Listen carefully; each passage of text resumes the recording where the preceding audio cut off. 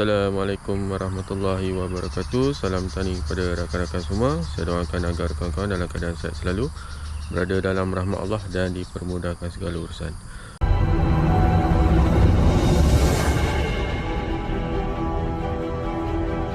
Baiklah, pagi ni saya berada di pusat pertanian Karak untuk mengambil mata tunas. Seperti mana di belakang saya ni ada pokok musangking.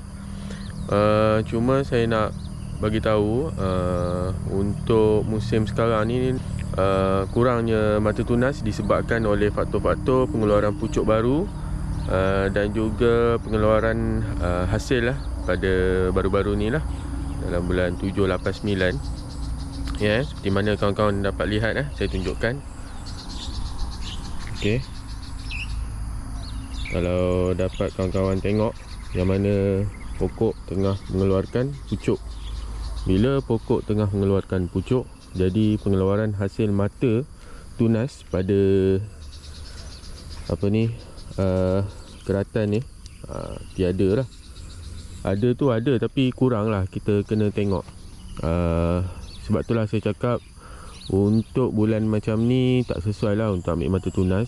Faktor kemerjadian mata tunas untuk kita membuat pembiakan kurang berhasil lah. Seperti mana kalau kita tengok pokok macam ni dia dah keluarkan pucuk, baru keluarkan pucuk. Jadi untuk cantuman mata tunas tak sesuai lah. Dan juga cantuman patching, cantuman sisi tak sesuai. Kalau baji insyaAllah boleh. Untuk baji kalau macam ni okey sangat lah. Sedang-sedang ni elok sangat lah. Cuma pokok ni ada kutu pislik. Jadi sebaik-baiknya kita buat rawatan terlebih dahulu untuk kita kawal lah masalah kutu pislik ni. Memang tak ada. Untuk mata memang tak ada lah. Untuk mata, untuk patching tak ada. Pokok besar macam ni pun tak ada. Ada tu ada tapi tak banyak. Kena pandai pilih lah. Ada tu ada tapi tak banyak. Saya main ambil lah dulu. Tak ada lah kawan-kawan. Puas dah saya cari. Comel-comel je dia punya mata. Dia tak besar-besar.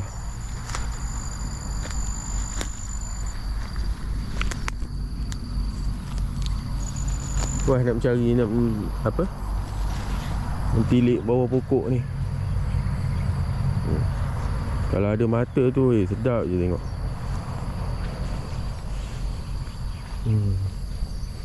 Pokok ni pun banyak kena serangan kutu pislik dah. Kena buat semburan lah dengan peneseron, Cypermethrin, kena buat lah. Biasalah bulan-bulan nak dekat musim hujan macam ni bulan 10, 11, 12. Apalah kawan-kawan, saya pusing-pusing dulu.